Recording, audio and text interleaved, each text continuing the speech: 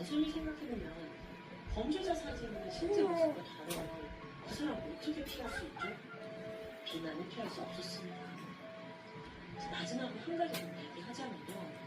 전과 14번인 그가 5방을 됐잖아요. 사회로 돌아왔고 전자발찌 도착했습니다. 근데 3개월 만에 살인을 벌였습니다. 이어서 전자발찌 훼손했고 또 한 건의 살인사건 벌어졌고, 아니 지금 이거 뭔가 너무 하나하나가 다 너무 쉽게 가는 거 아닌가라는 느낌이 좀 들어요. 그리고 전자발찌가 과연 재건을 방지할 수 있는 걸까? 라는 질문이 들었고요. 이 장치가 우리와 우리 사회의 실질적인 안전을 보장할 수 있는지 생각해봐야 할 문제라고 저는 생각이 듭니다. 지금까지 금요사건과의 디바제시였습니다. 안녕하세요. 금요사건과의 디바제시입니다. 2002년 9월 4일 새벽 3시 서울 광진구 하영동에 위치한 다세대 주택에서 화재가 발생합니다. 다행히도 우리는 크게 걸리지 않았고요. 오름만 남긴 채 빠르게 진화되었죠. 하지만 현장을 수습하러 들어간 소방대원들은 충격적인 광경을 마주합니다. 침실에 사망해 있는 한 여성의 시신이었어요. 그녀는 31살의 직장인 여성 조은 씨. 발견됐을 당시에 침대에 똑바로 누워있던 상태입니다. 하지만 사인은 경부압박 질식사, 목줄병을 당했다는 거죠. 눈에 띄는 건 사이가 벗겨져 있다는 부분입니다. 근데 여기서 더 끔찍한 건 따로 있었죠. 성범죄의 흔적도 모자라서 음부가 훼손되어 있었어요. 범인이 화장품 병을 이용해서 유사 강간을 한 정황입니다. 한편 이 사건 현장 집안은 강도가 된 것처럼 매우 어질러져 있었습니다. 또 피해자의 핸드백과 지갑, 신분증, 현금 2만원으로 입고 있던 속옷까지 사라져 있었고요. 범인이 집에 침입을 해서 강도와 성범죄를 저지르고 증거를 인멸하기 위해 물에 그리고 옷까지 불을 붙이고 도주한 것으로 보입니다. 신속히 경찰은 인근에 있는 강종 범죄 전과자들을 수송했고 또 혹시 더 피해 여성이 있는 건 아닌지 조사했는데 안타깝게도 여기에 뚜렷한 단서가 나오지 않았고요. 또 현장에서도 범인을 특정할 만한 증거나 DNA가 남겨져 있지 않았어요. 수사는 점점 미궁에 빠졌고 결국 사건은 이제는아마 오랜 시간이 그냥 흐르게 됩니다. 그런데 사건 발생으로부터 8년이 지난 2009년 9월 26일 새벽 4시 서울 강진구의 한 주택가에서 점퍼 차림하는 남성이 어두운 골목을 배회하고 있어요. 키가 한 172cm, 머리가 약간 벗겨진 흔히 볼 수 있는 30대 남성이었죠. 근데 이 당시가 추석을 앞두고 있어서 경찰들이 집중 순찰을 돌고 있던 때거든요. 그러다 보니 경찰의 눈에 이 으슥한 곳을 새벽에 맴도는 남자가 좀 수상하게 느껴진 거예요. 그래서 저기 잠깐만요 하고 그를 불러 세웠고 정중하게 신원 확인을 위해 신분증을 요구합니다. 남성이 슬슬 꺼내줬어요. 근데 이상해요. 아닌데? 신분증 사진이 누가 봐도 본인이랑 거의 다른 겁니다. 그래서 경찰이 즉각 추가 질문을 막 해내기 시작했죠. 근데 이 남자가 자기 이름도 휴대폰 번호도 제대로 되지 못해요. 결국 같이 서로 가시죠 하고 그를 지구대로 이미 동행했습니다. 보니까 이 남자가요 휴대폰을 3개나 가지고 있었어요. 근데 명의를도 확인해보니 전부 타인 거예요. 심지어 그중 하나는 이미 도난 신고까지 되어있고요.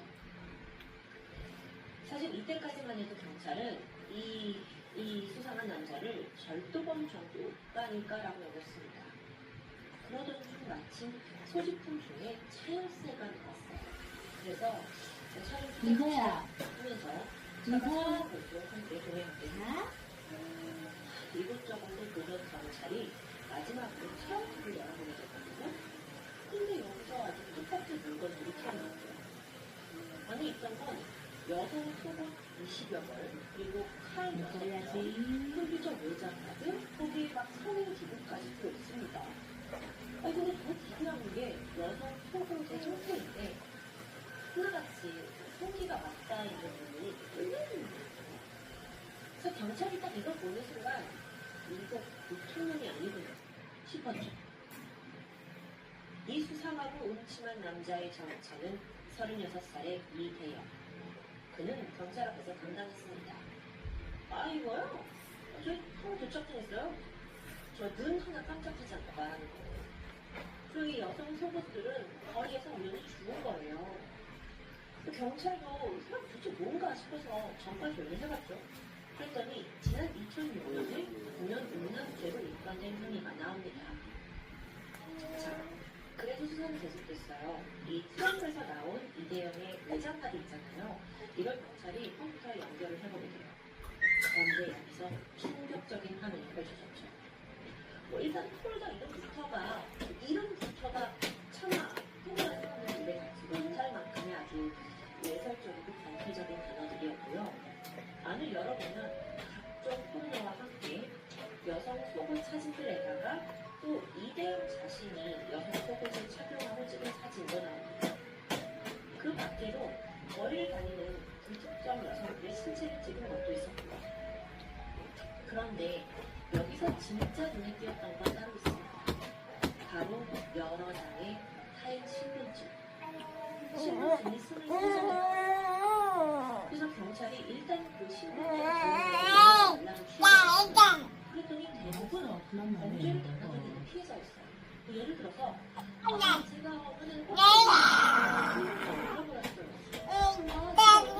지갑을 부동맞았어요. 전 이렇게 말해요.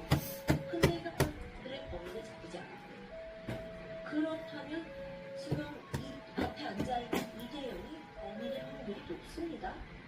그런데 그 중에 23개의 신분증 중에 한 개는 그 주인이 놀랍게도 이미 사망한 상태입니다.